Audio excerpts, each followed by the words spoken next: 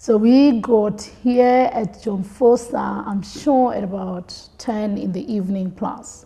Lined up at the entrance at the charge office, and we were all put in the different cells individually. I remember here there were about 10 between 8 and 10 young girls. Then I was one of those. And we were lined up and put in the cells, of course, to sleep. And the following morning, we were then taken upstairs to the 9th floor, where the whole interrogation started, and it went on and on and on. So the first 2 days we did not talk. I think it took us a while to know that there's somebody next door, you know. I think when they were giving food, you'd hear that they're opening the next cell, then they're opening your cell and they're giving food and so on. And then we started knocking on each other's walls. Then you can, you know, there was sound and sound coming back. In terms of talking, obviously we couldn't, but we could scream, sing, and those were the only signals we gave one another. I didn't even have a toothbrush, you didn't have a panty, you had nothing. You just had the clothes you were wearing. So the first thing in the morning, you wash your panty, you have to wash it in that little basin in the toilet, you know, and get it dry and dress it, and make sure that you do that in the night when you're not taken out for torture, for interrogation. And those are the first few days. You were not allowed visits. You were allowed later on a parcel of clothes. They were later, I can't remember whether it was towards the end of the first week, but we were allowed, was sent packet clothes to change. No food, nothing, no drinks, no communication, no newspaper, nothing. Just the Bible, no magazines, not allowed to talk to your next door neighbor. If you were found to, you would be isolated. I don't know what would have happened, but I'm sure you'd be punished. That was it. That was terrorism act, no access to any type of ordinary things that were referred to as privileges.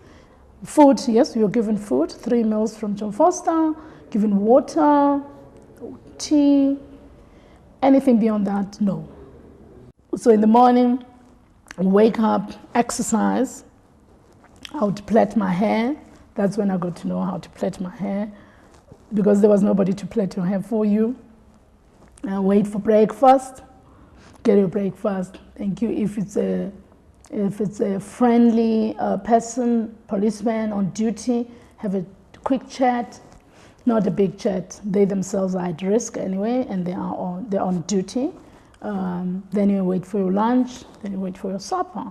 So in between you read the Bible. I read the Bible all the time. That's how I did it. And then we'd spend time staring through the window. And the weekends were the best for me, because you knew that weekends they would not call you up, at least to interrogate and further beat you up and so on. So they were like a relief for us. Monday morning, I would be very nervous and pray and think, oh my God, I hope they don't come this time. And I think the days just went by. Into the 5th month, nobody ever actually came. That's when we started now interacting, I think, with the comrades were in the male section. And I think we even got some newspapers here and there, or some cuttings. And some of the police were quite friendly, so they smuggled letters and would write on a piece of tissue, you know, write all the letters on our tissue papers, and they would smuggle them in and out. And what then happened, which was quite interesting, quite nice, I think twice they sent out one of my neighbor's child, was a young fellow, and it was nice to see somebody you know, and he just started bringing things and smuggling letters, smuggling greetings, because he was just living a street away from my home in Soweto, in Dube. And that was into the 5th month. 6th month, that was around December. And nothing was happening, very quiet. And I remember feeling like maybe I could be lucky and maybe go have Christmas at home. That was not to be.